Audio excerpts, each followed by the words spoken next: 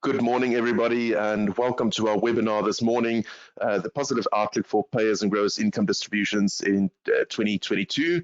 I'm Jaco Brandt. I'll be hosting the session this morning, and I'm joined by Ian Anderson, who is the lead portfolio manager of the payers and growers strategy within or underneath the Counterpoint umbrella.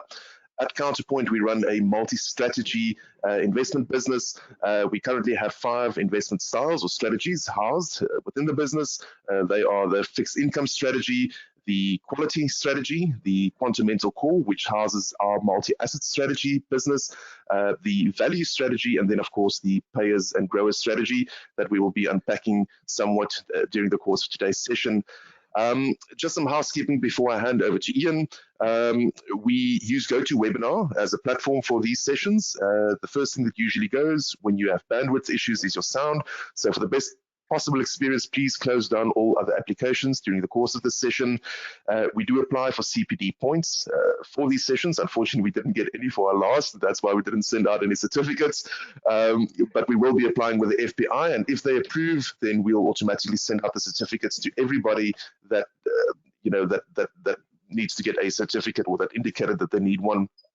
We also have a Q&A box. You'll see in the navigation pane that there's a space for you to place a question. I see the first question has come through already. Thank you for that. And also thank you for the questions that were posted during the registration phase of this webinar. Ian will definitely be talking to all of those questions during the course of his presentation. So if you've got any other questions during the course, please post them. We will have 15 to 20 minutes at the end to go through any questions that were posed to us. And then at the end, there's a short survey. Please do take a minute to complete that survey for us. Your feedback is extremely important to us as a business. Yeah, so I'm not going to steal any of your thunder. We will be cut off at 10 o'clock because at Cape Town, the Eskom has said that load shedding will start at 10 in my area. So without any further ado, I'm going to hand over to Ian. Thank you, Ian. Thanks very much, Jaco, and good morning, everybody. We, in stage 4 load shedding, we are not receiving it here in Durban, but we have our own problems to worry about. In terms of today's session, we've been receiving quite a lot of questions around the outlook for income distributions within the payers and growers strategy. A lot of people querying the size or quantum of the first quarter distribution relative to the fourth quarter, what the yields are, etc., etc. So I thought I'd spend today looking in greater detail at our expectations for our income distributions over the next year and then into 2023.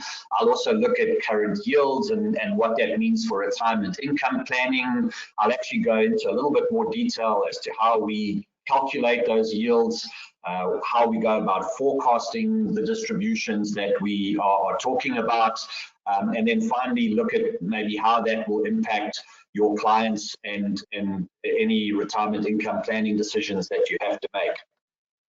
Just in terms of the way that we manage money, and you've all probably seen this slide already. I show it every time, but it's just a reminder as to the way in which we go about constructing portfolios and then the metrics that we give the greatest sort of credibility to. So in terms of what we're trying to do, we are building income efficient portfolios. Well, what does that mean? It means we're trying to maximize the total return in an income efficient manner. So that means that we remain fully invested through the cycle in growth assets. So we have the highest possible allocation to equities and listed property. It does vary from time to time. For example, in the managed P&G fund, we can have as much as 90% exposure to growth assets. At this stage, it's just slightly above 80%. We still have some concerns around the listed property sector in South Africa, or elements within the listed property sector in South Africa, and so our listed property exposure is still below 20% at this stage.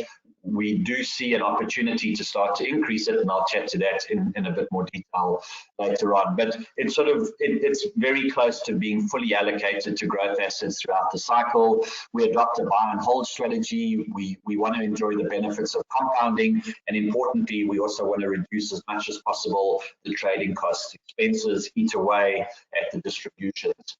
And then in terms of doing it in an income efficient way, all of the securities that we own, whether it's equities or listed property, bonds, cash, will all pay us some form of income. And that means that we end up with portfolios with yields that are substantially above both the market and the peer group. And because the bulk of that income is being generated from growth assets, equities and listed property, we expect the distributions to grow by at least consumer inflation in the medium and long term. So a lot of people when we sent out this invitation and people came back with questions, how are these portfolios protected against inflation? Well, the easiest way to discuss that is to actually look at the underlying securities. Yes, we don't own inflation-linked bonds or anything like that, but the businesses that we invest in are themselves the reason why we have inflation. They are the businesses that are pushing up their prices, that are creating that inflation. And so through that income growth, or the profit growth and the dividend growth, we do provide some element of inflation protection.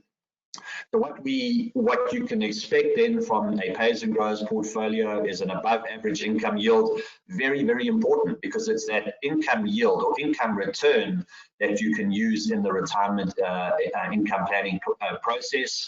We obviously want that income to grow at or above inflation through time, and through that process get inflation beating capital growth longer term. So the metrics that we look at and that matter the most to us are income yield and distribution growth. Obviously, as I've stated, we are worried about capital growth. We do focus on capital growth, but capital growth is going to be a function of that distribution or income growth. So the two metrics that matter the most to us is, what is the income yield today, because that's important in that initial retirement income planning process, and then what is the distribution growth likely to be in the short term, the medium term, and the longer term, because that will determine the success or failure of any retirement income plan. And the capital growth, if we're managing and focusing on the cash flows, then that capital growth will take care of itself. And maybe just to put that particular theory aside, and then we can focus on income yield and income growth. Prices follow cash flows in the long term. I think most of you have probably seen slides like this, or a slide exactly like this, because we show it fairly often.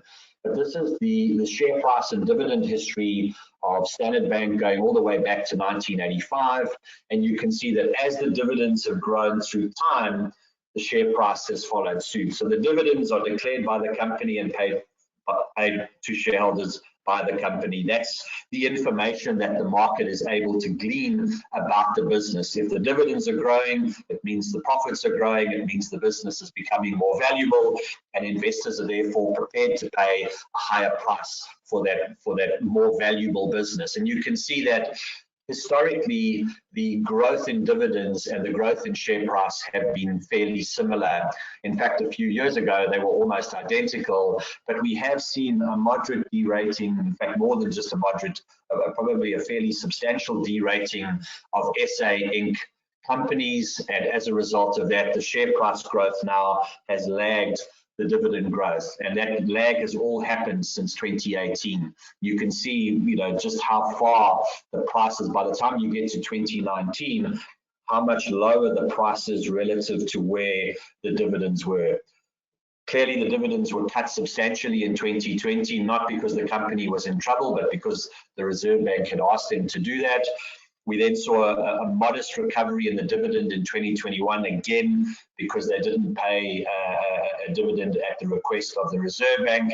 But we've now seen the business return to more normalized dividend payments, and as a result, the share price has responded positively. It still is lagging the dividend growth, and so we still expect a significant upside from most SA Inc. companies because of this very fact. So the capital growth is a function of the income growth, and so the things that we focus on are the initial income yield and that distribution growth. Before I talk about what we're anticipating from distribution growth, etc., I thought it might be worthwhile talking about the income yields that we publish or that we talk about when we discuss them in the market. So there are actually two income yields that we talk about. The first one is the forward portfolio income yield.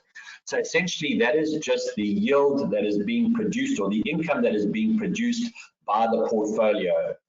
What I've done here is just carve out a portion of our equity portfolio. So it's just the first 6 holdings in the equity portfolio in terms of in alphabetical order. You can see that they are reasonably equally weighted. We have let AVI drop because of some of the inflation pressure that we're seeing on food producers. We've obviously let Anglo American share price run, and we haven't rebalanced recently. We still think there's room to move, but essentially they are equal weighted. We then have the forward dividend yields on each one of these companies. So that's based on forecasts from Iris or Bloomberg or Refinitiv. And in order to calculate the portfolio yield, we would just take the weighted average forward yield of all of the securities in the portfolio. So that's taking that percentage of portfolio, which in the case of Anglo American is 3.2%, multiplying it by the 5.3% forward dividend yield, and then summing all of those up. And it's for all our equities, for all our property companies, the bonds and cash. And so what you end up with is a portfolio yield. That yield it's a nice to know. It is important. You can often use it to compare that portfolio yield relative to the yield on other asset classes, or you can compare it to the yields on money market instruments or the yields that you get from the bond market. However, it's not going to be the income yield that your client gets. Your client is going to get something that we refer to as a distribution yield. So essentially, the distribution yield is simply the next 4 quarterly distributions divided by the current unit price. So what I've got here is our current forecasts for the June, September, December quarter ends, as well as next year's March quarter. And you can see that for the managed PNG A1 class, the sum of those 4 distributions is 7.68 cents. The last price that I got for the portfolio is 127.38 cents, and that gives a distribution yield of 6.03%. Now that distribution yield is the yield that your client is going to receive if they buy, or that we expect them to receive if they bought their units at a price of 127.38. It is net of the annual service fee. So this is the yield after our costs. So and effectively the TER on most of the portfolios is somewhere around, between 0.9, depending on the class, somewhere between 0.9 and 1.2%. But essentially, this is the yield, and this is the important yield when you come to look at retirement income planning for your client. The portfolio income yield is a yield that you use to compare against other asset classes. The distribution yield is the yield that you need to be thinking about when you do your retirement income planning with a client. It's the next 4 distributions divided by the current unit price. So how have those distribution yields moved through time? Because this is, again, an important consideration to bear in mind when you start that retirement income planning process. How much income is my client likely to receive based on the investment that I'm going to make today? Why is that important? It's important because that yield is a reference for how much you think your client can draw initially. If the distribution yield on, as we saw in this previous example, if the distribution yield is 6%, it means that your client can draw 6% of their capital without eating in, it can draw 6% a year without ever eating into the capital. So the distribution yield is important initially to determine what level of drawdown your client can take. But what we've seen through time is that those distribution yields have been rising. Obviously, During COVID, we saw a number of companies cut their dividends. We saw a number of companies not pay dividends, particularly within the listed property sector. But as I've also already mentioned, we saw that within the banking sector, we saw it in the healthcare sector. And so you had this significant decline in the distribution yield during 2020 and 2021. What has happened since then, however, is this huge recovery in dividend payments. It's a function of the fact that businesses are generating significantly more profits and are distributing more of those profits as a dividend to shareholders. But as I've already mentioned, importantly, it's also because those dividend payments that weren't made in 2020 and 2021 have now resumed. Again, this is the distribution yield. So if you look at where we are today, that yield that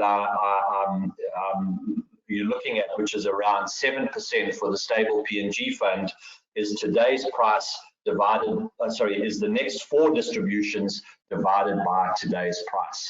And at 7%, it's pretty close to historic high levels and certainly a lot higher than the average. So the one thing that we can take away from today's session is the fact that the distribution yields, despite this huge increase in prices that we've seen in the last 18 months, is still very high, both in absolute terms and in relative terms.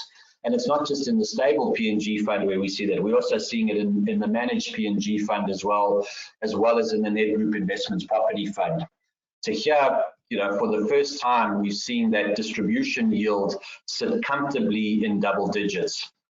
It started very low when we launched the fund back in 2010, sort of averaged around 7.5% for the first 7 or 8 years.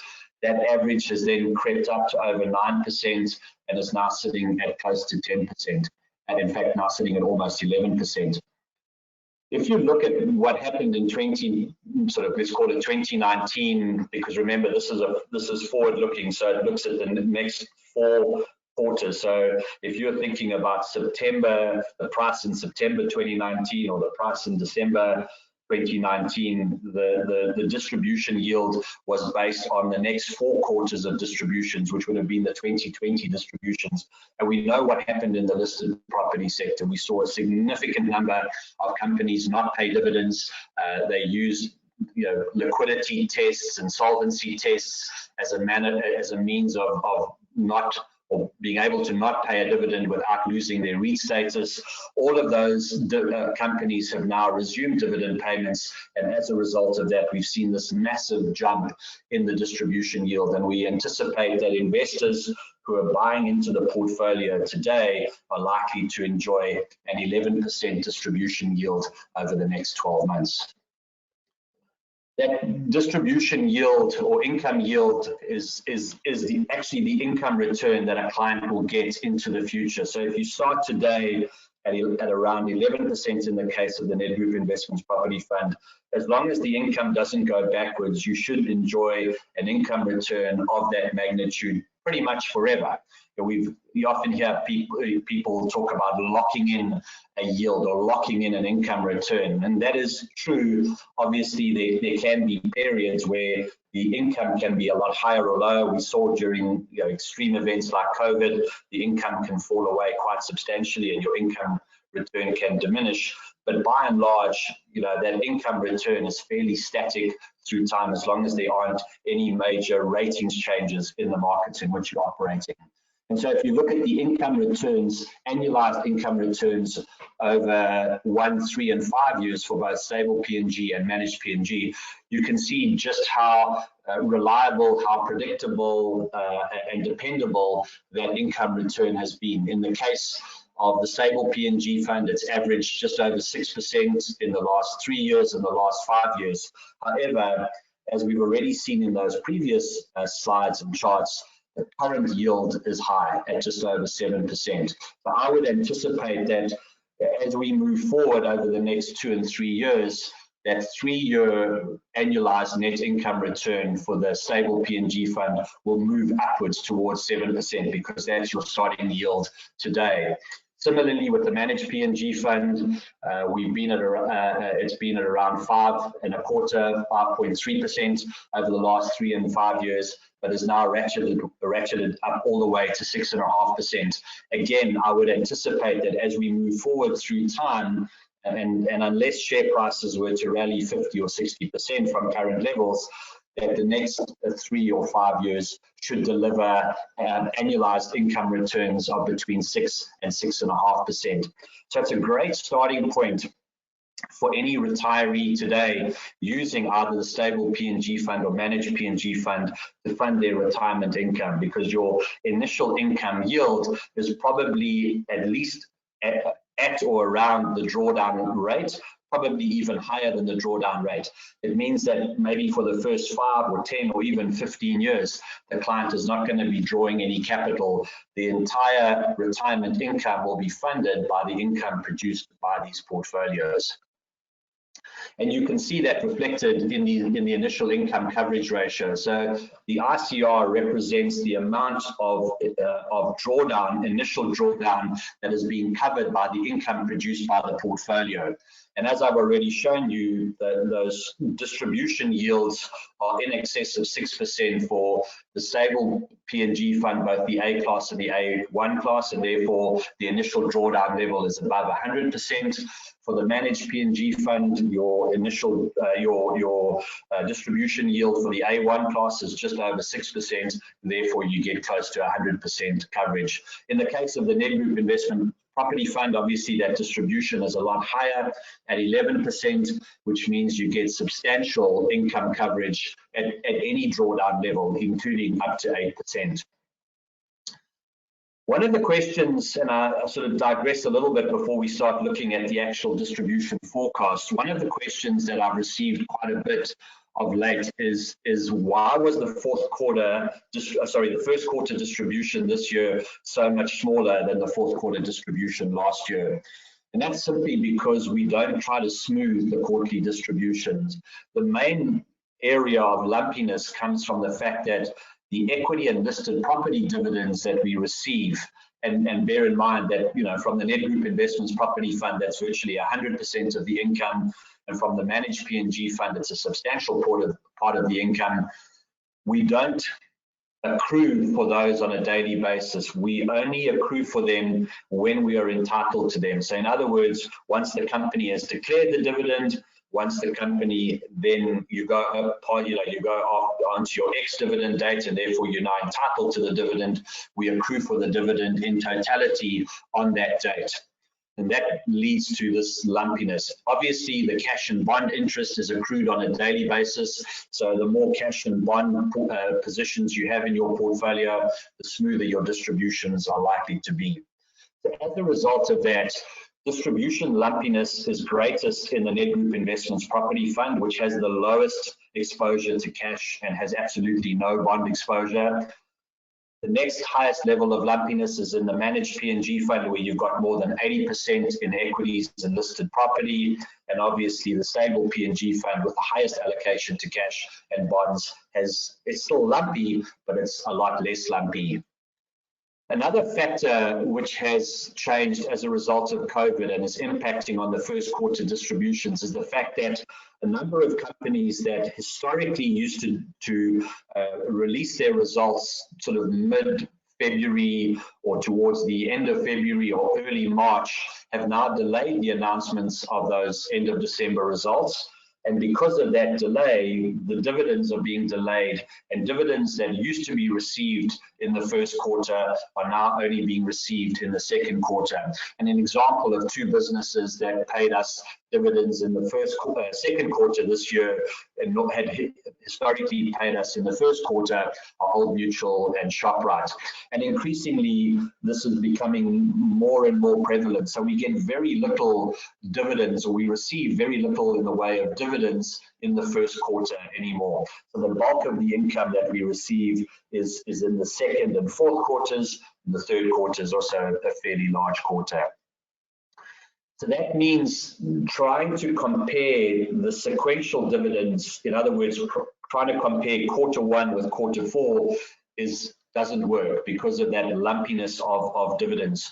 What is more important though is the year-on-year comparison. So if you're thinking about the fourth quarter dividend, well, you need to compare it to the fourth quarter of a year ago, because companies typically pay their dividends in the same quarter. There are times, as I've discussed, in the likes of Old Mutual and Shoprite, where the dividend payment will move from one quarter to the next. But by and large, most of the companies that we own pay their dividends in the same quarters every year. Most of them will pay twice a year. We've got one or two businesses like MultiChoice and Sanlam that only pay their dividend once a year. But by and large, most of the companies pay twice a year. So that means that when you want to compare how the distributions are performing or how the growth is likely to pan out, it's best to compare the fourth quarter with the fourth quarter, or to compare the first quarter with the first quarter of a year ago.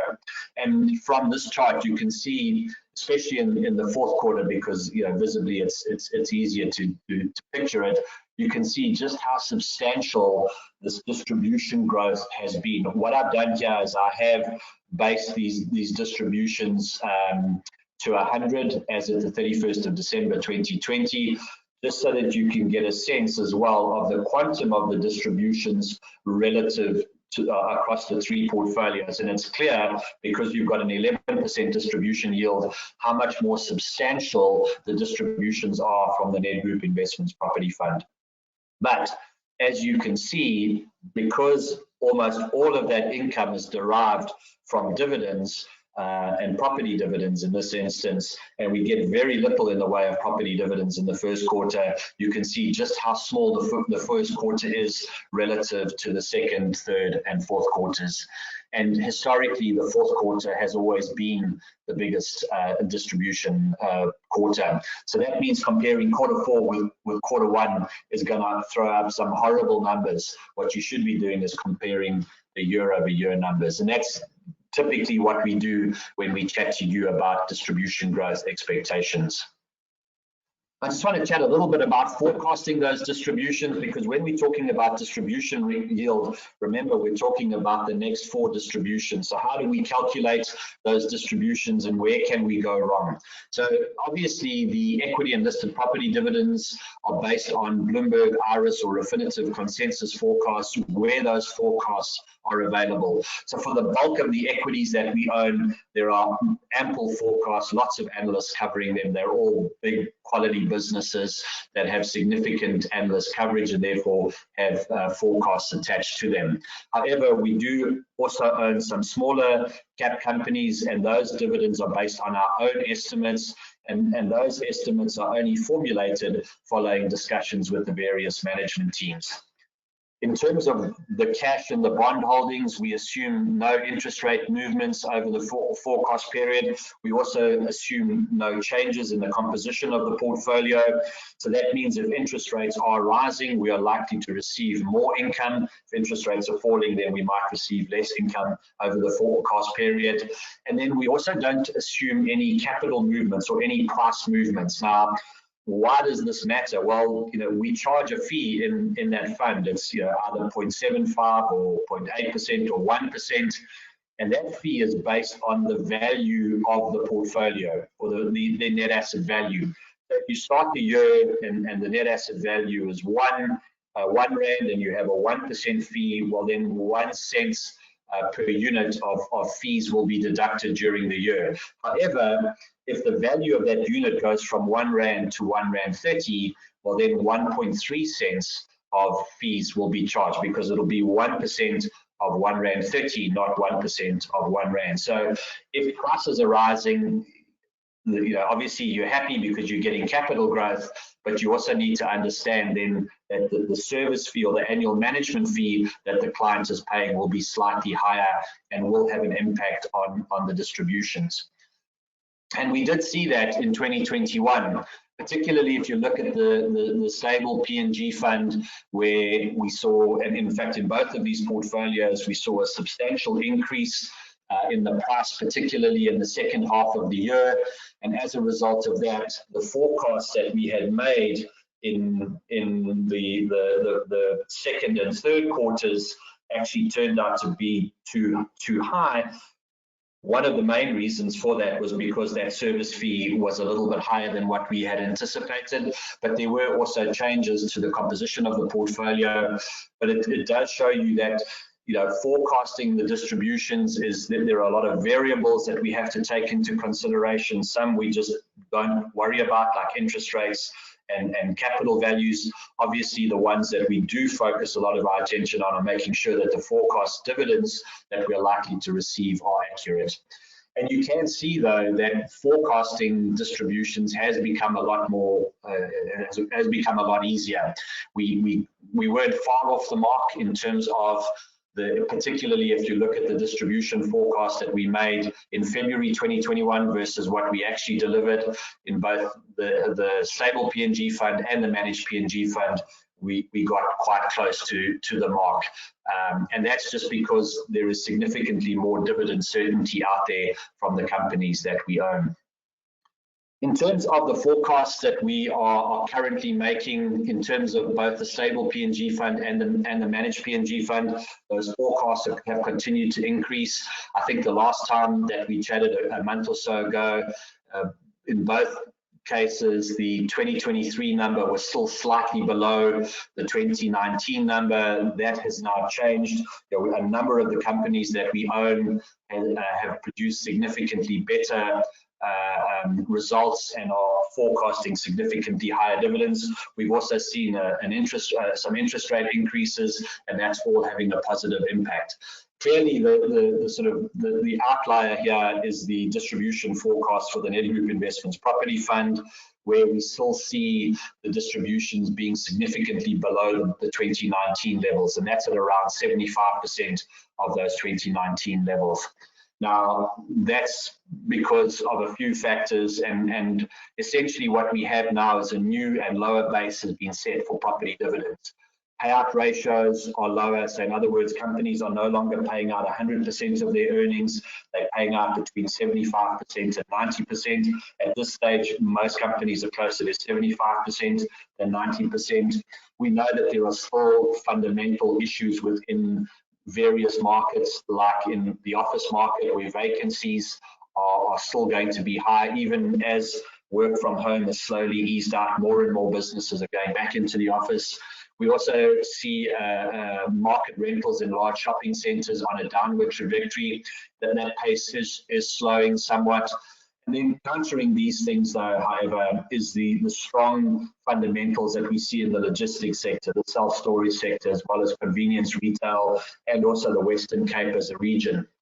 And for that reason, for that very reason, we continue to favour those sectors. So if you look at this is in the managed PNG and stable PNG funds, this is just the listed property carve out. The forward dividend yield is very attractive at 12.7%, and the 3-year dividend growth is still going to be low. There's still some way to go to absorb those higher vacancies, but this portfolio is dominated by convenience retail, by logistics, by self-storage, and by the Western Cape. Importantly, when you look at the Nedgroup Investments Property Fund and you take those top 5 holdings, those top 5 holdings are convenience retail, logistics, self-storage, and Western Cape. They make up 48%, but as I've already mentioned, they're a very small part of our overall market, so they only make up 10% of the SAPI index. So if you want to capture those businesses that exhibit the best fundamentals, you have to look very different to the market, and we've done exactly that. Despite the fact that we're in these businesses with very good fundamentals, the dividend yield on this portfolio is still high at 11.1%. Dividend growth is starting to accelerate, but it's still just below 3% per annum. In terms of the portfolios themselves, where do we sit today? What we have done, and I've marked it in red there, is we have recently disposed of our preference share exposure. The prefs shares that we own are up 60% over the last 12 months, as a number of the banks are redeeming those shares now, and we are deploying the proceeds of those sales into the SA equity market as well as into the SA bond market. The forward portfolio income yield is 8% on the stable PNG fund. The distribution yield, which is net of fees, it does include some accrued income as well, is high at 6.6%, and we anticipate strong growth in income over the next 3 years of 7%. So you not only have this extremely high starting yield, you also have very high growth, at least in the short and the medium term. Similarly, for the managed PNG fund, we're also selling our preference share exposure there. As you can see, it's about just over 80% growth asset exposure. We have got a lot more bond exposure in the portfolio than we normally have, and that's because yields on SA government bonds are extremely attractive. Here you've got a forward portfolio income of a yield of 7%, which translates into a portfolio yield of 5.8%. That's almost 6% for 80% growth asset exposure. And because of inflation and because of just how well these businesses are doing, we anticipate that growth in distributions will be around 11% per annum over the next 3 years. Again, very high starting yield with very, very good growth prospects in the short and medium term. I've shown this slide to you in the past. It's just looking at the managed PNG fund, the global managed growth fund versus the peer group, bearing in mind that we separate offshore and global. The managed PNG fund is only local. Sorry, we separate global and local.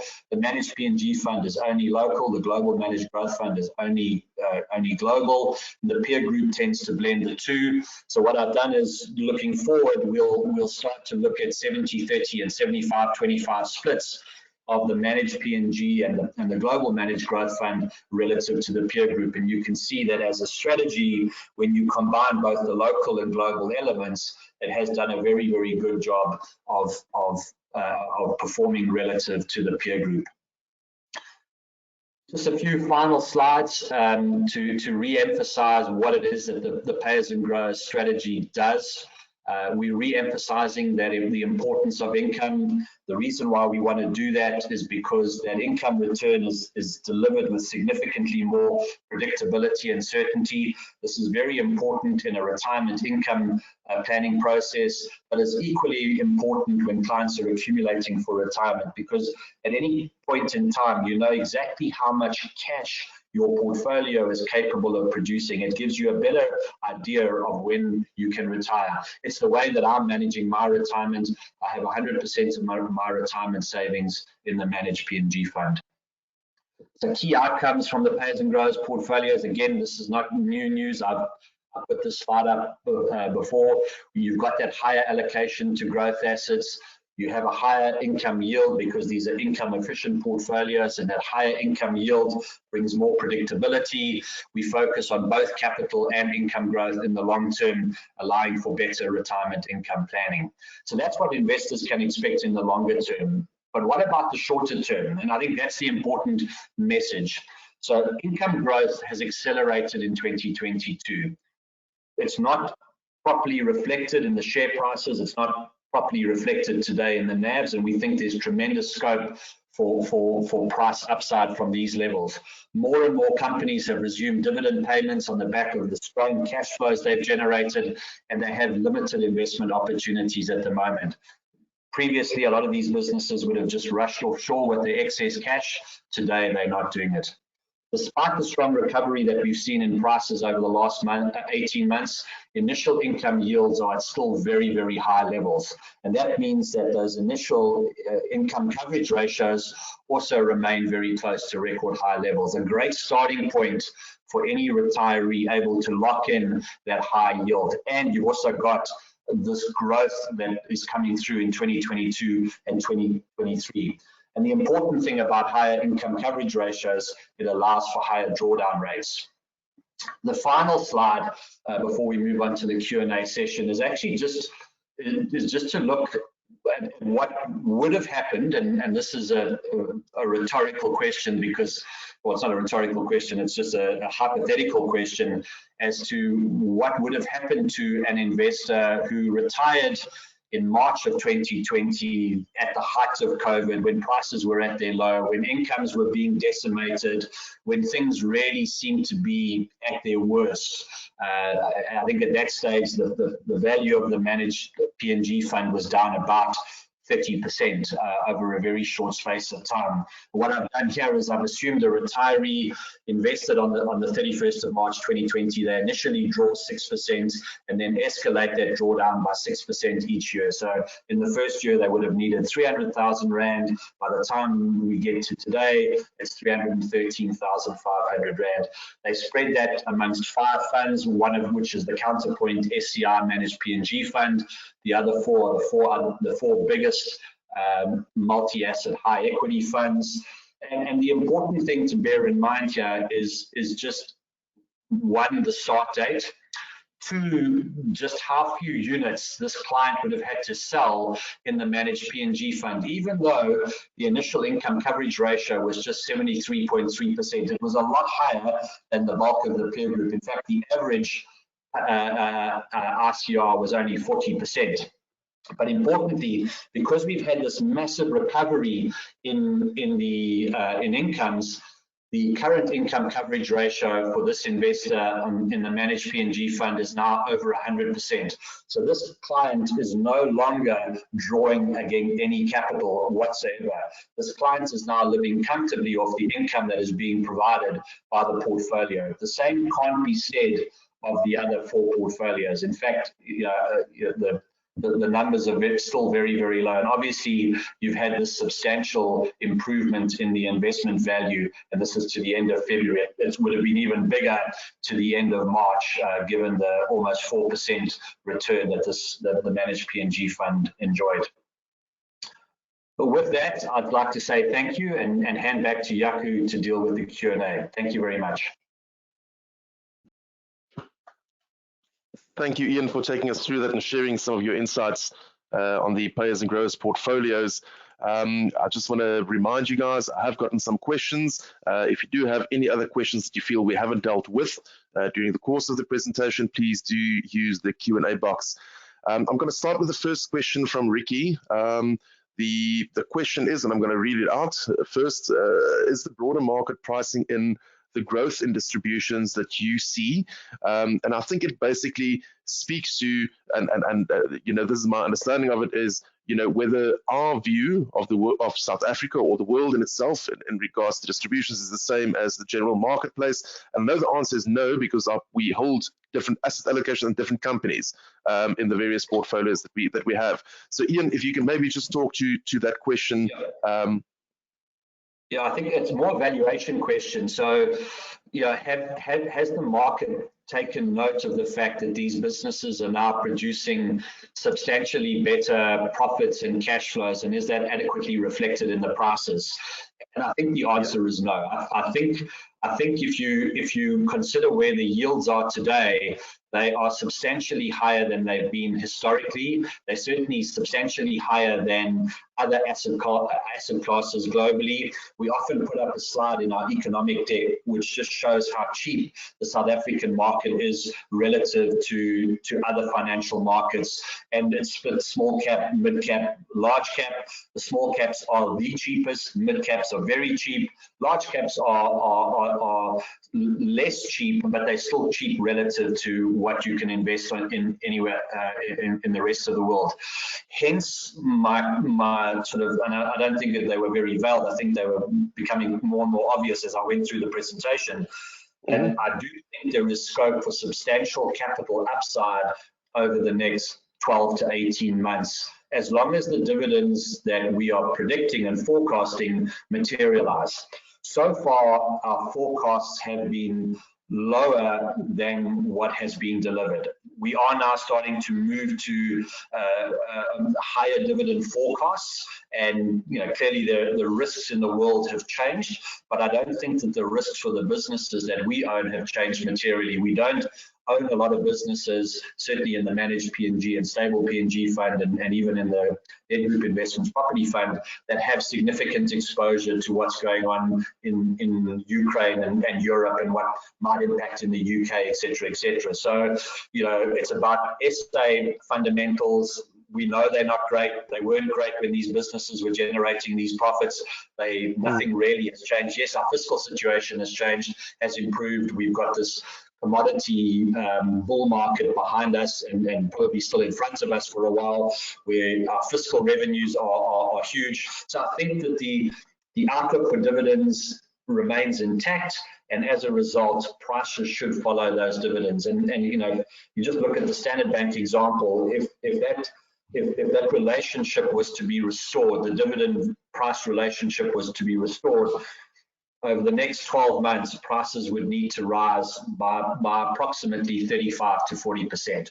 So it's a long-winded answer, but I think, you know, in the context, I believe that not only should we expect strong distribution growth from the portfolios in the next 2 years, we should also expect very strong capital growth. Excellent. Yeah, look, I think at the end of the day, we're also in a rising interest rate cycle, and that will certainly, you know, especially in the stable payers and growth fund, we've got a larger allocation that will certainly support higher distributions as well, which is slightly different to where we were 2 years, 3 years back. Correct. Correct. Then, Ian, we've got and this is more on the asset allocation, the construct. Andre is asking, why does the fund hold so much listed property stocks compared to the other SA multi-asset high equity categories?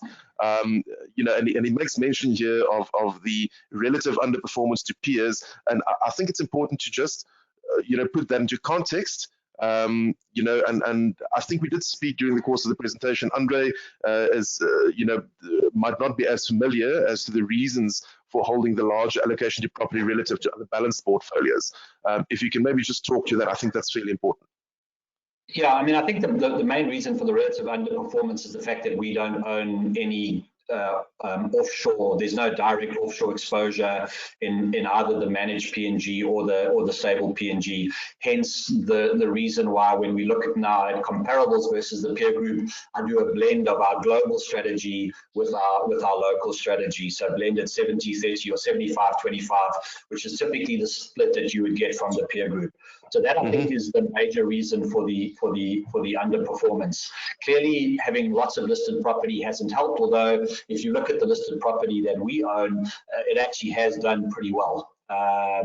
You know, we've focused on businesses like Equitas and Storage, on Fairvest, on Safari. You know, we've got good quality businesses in the right property types, enjoying very strong fundamentals, and we expect that to continue. Why would we use so much property? Well, it's a cornerstone of the strategy. At the end of the day, we are building portfolios that clients can use for their retirement income planning.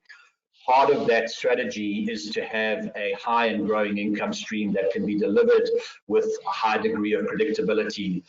Ignore the last 2 years or the last 2.5 years during COVID, when it was very difficult to predict.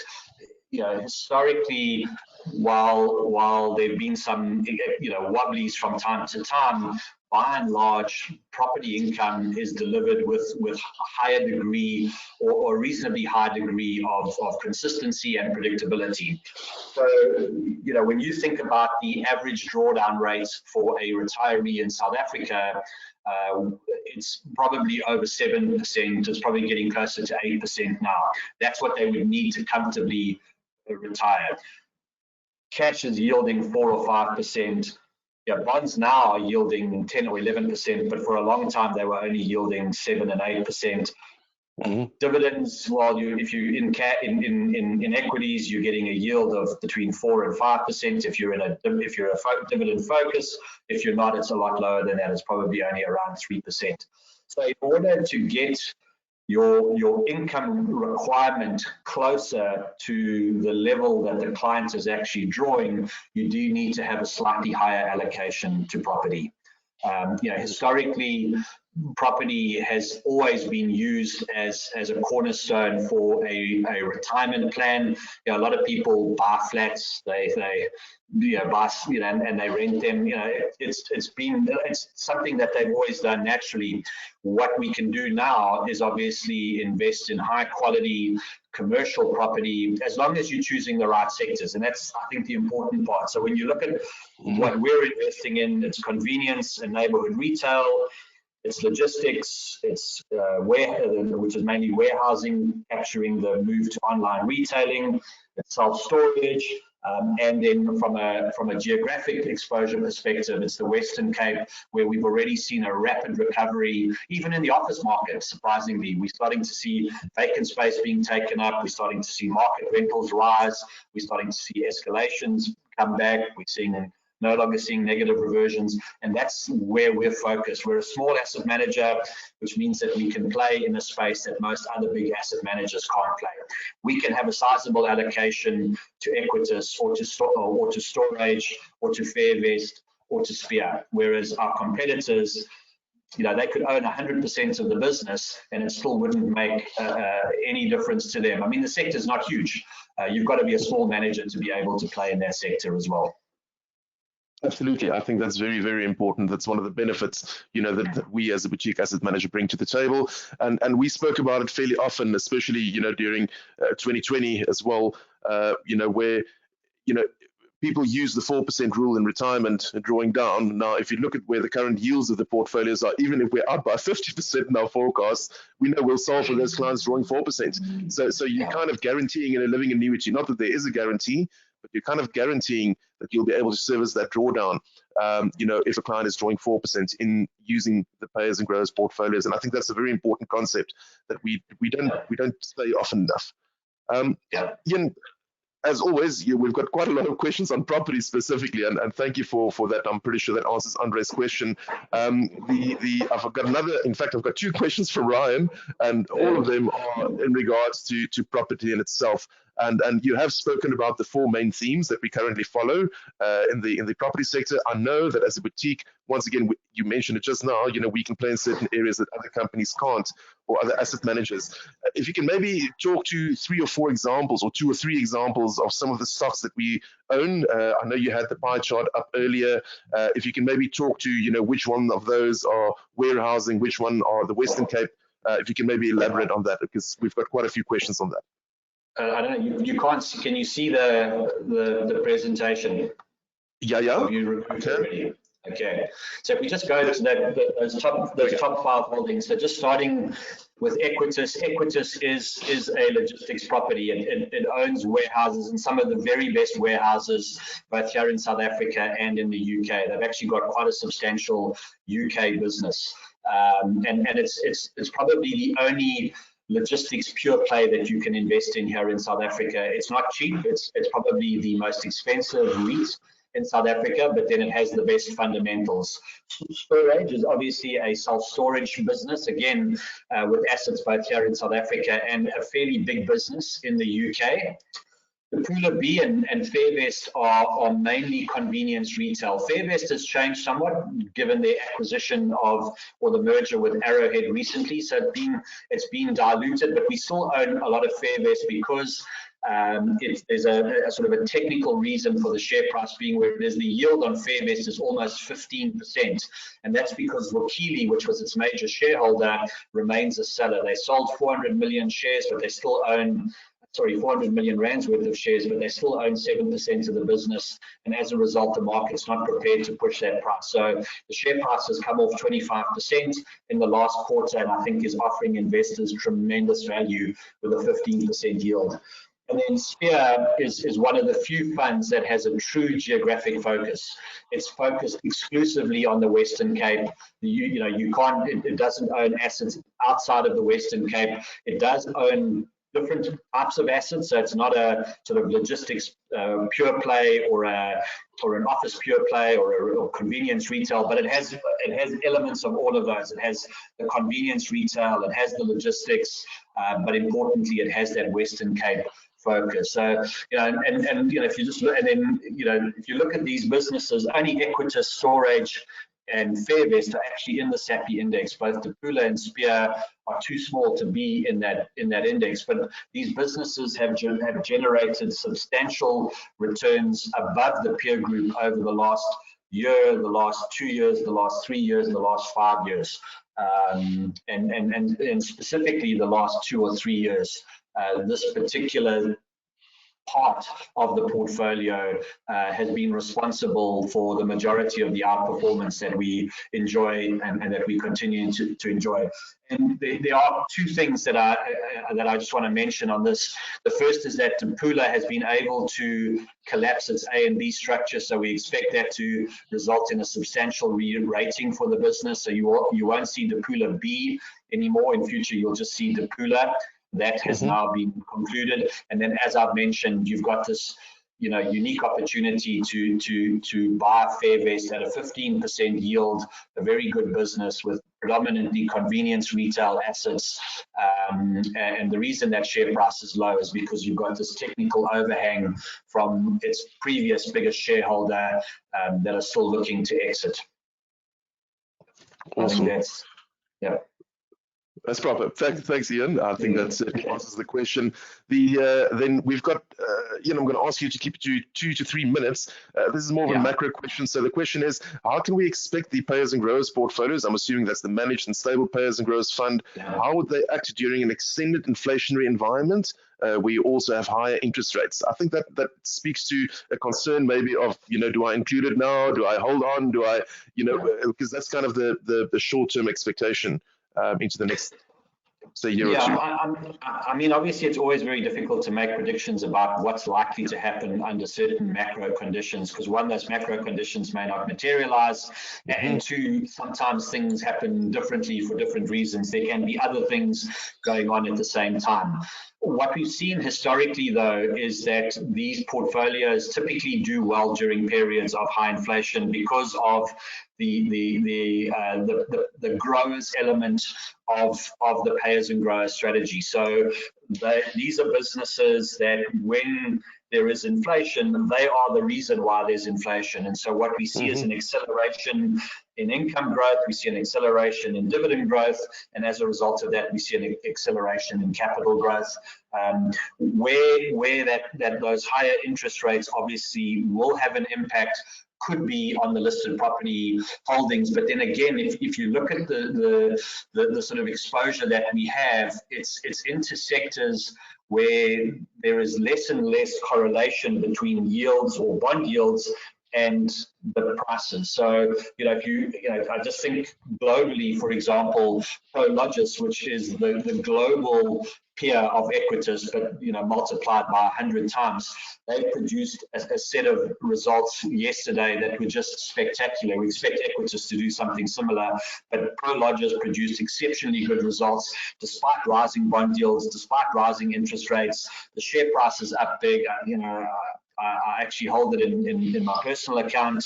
Over the last year, it's up almost 50% in US dollars, and that's over a period where we've seen bond yields almost double.